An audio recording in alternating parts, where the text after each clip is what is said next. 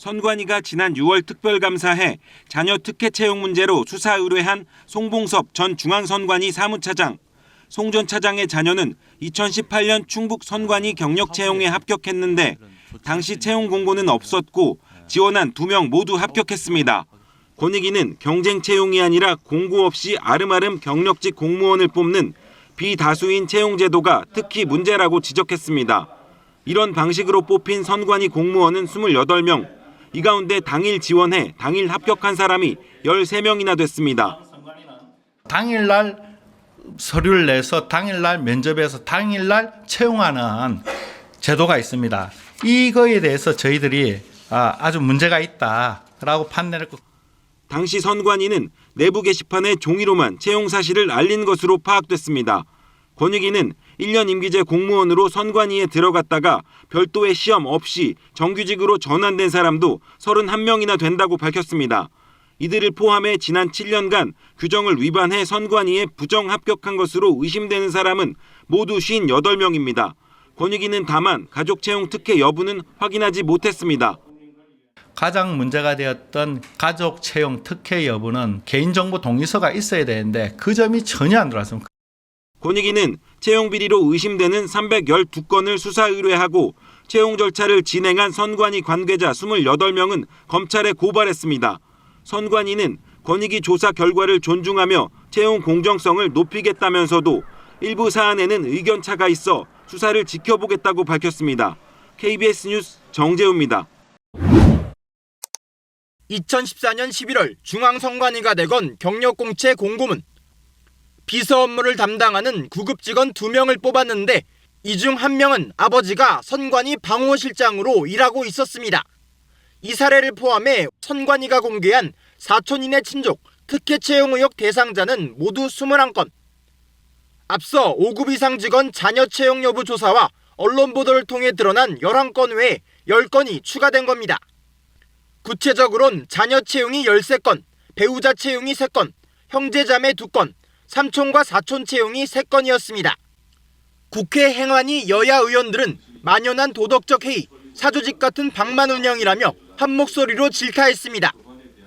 특히 선관위가 개인정보 공개로 혼란이 우려된다, 감사원 감사와 중복된다며 전수조사 결과를 밝히지 않으려 하면서 비판이 쏟아졌습니다.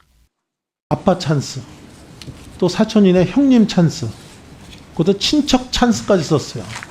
견제받지 않는 조직은 저는 이건 썩는 건 당연하다. 이거는 국회를 선관위에서 모독하는 거예요. 앞으로 자료를 성실히 제출하도록 하겠습니다. 이거 반드시 우리 위원님들한테 드리도록 그렇게 해주십시오.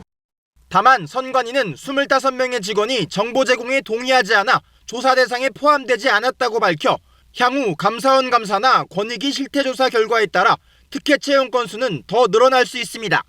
KBS 뉴스 김범주입니다. 간부들의 자녀 특혜 채용 의혹으로 여당의 사퇴 압박을 받아온 노태학 중앙선거관리위원장. 자리에 연연하지 않겠다고 밝혔습니다. 지금 당장 그만두는 것만이 능사인가, 지금 바로 위원장을 사퇴하는 것이 책임 있는 자세인가 고민을 하고 있습니다. 약 4시간에 걸친 선관위원 회의에선 특혜 채용 의혹에 한해 감사를 받아들이겠다는 결론을 냈습니다. 앞서 선관위원 9명의 만장일치로 감사를 받을 수 없다고 밝힌 지 일주일 만입니다.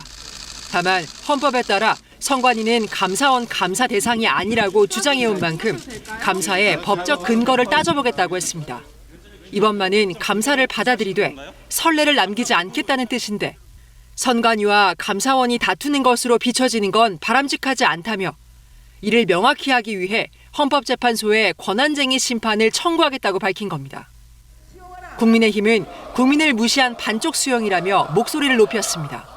명백한 불법 의혹들과 국민들의 지엄한 평가에 대해 먼저 잘못을 인정하고 국민께 석고대죄하여야 합니다. 이런 가운데 국민권익위는 다음 주부터 선관위에서 특혜 채용 의혹에 대한 현장 조사를 진행할 계획입니다. 퇴직자를 포함한 7년간의 선관위 채용과 승진 내역을 모두 들여다보겠다는 겁니다. 감사원도 신속히 감사팀을 꾸려 감사에 착수하겠다며 권익위 조사와 중복되지 않게 서로 협조하겠다고 밝혔습니다. KBS 뉴스 이화진입니다. 지난달 16일 국회에 출석한 선관위 사무총장과 차장. 자녀 특혜 채용 의혹은 없었다고 했습니다. 아빠 찬스를 줬다 하면은 제가 법적인 책임을 져야 된다고 하면은 당연히 무당 책임을 져야죠. 그 과정에서 특혜는 전혀 없었다는 거 말씀드리고요. 선관위 자체 특별감사 결과는 달랐습니다.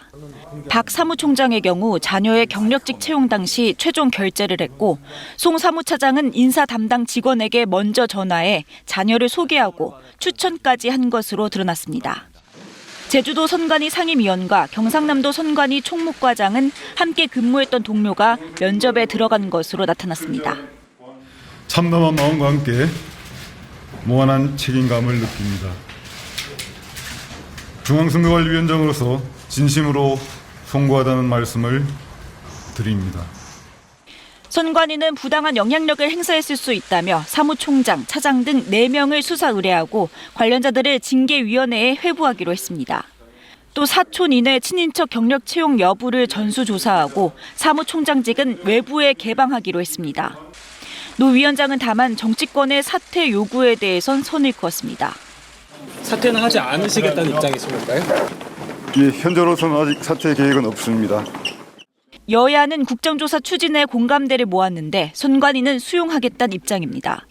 감사원도 선관위 특혜 채용 의혹에 대한 감사에 착수하기로 했습니다. KBS 뉴스 홍진아입니다.